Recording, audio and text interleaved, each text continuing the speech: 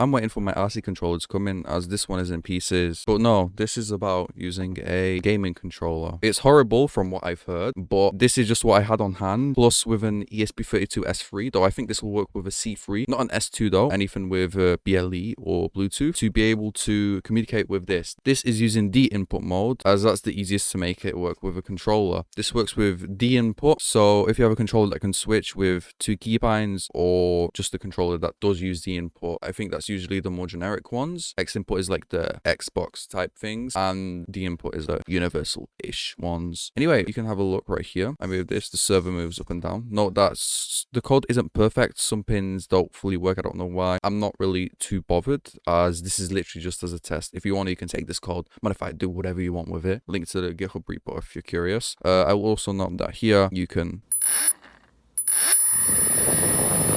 if you are more curious, though there's not much room to show you here. Got just an ESC with a 2200 milliamp hour 2-cell battery, servo, ESP, and that's literally it. Power's coming from the ESC output, and it's using a PWM for both of these two. Anyway, thank you for watching. If you have any questions, leave a question below, and I'll be sure to answer as quick as I can. Thank you for watching, and until next time, bye for now.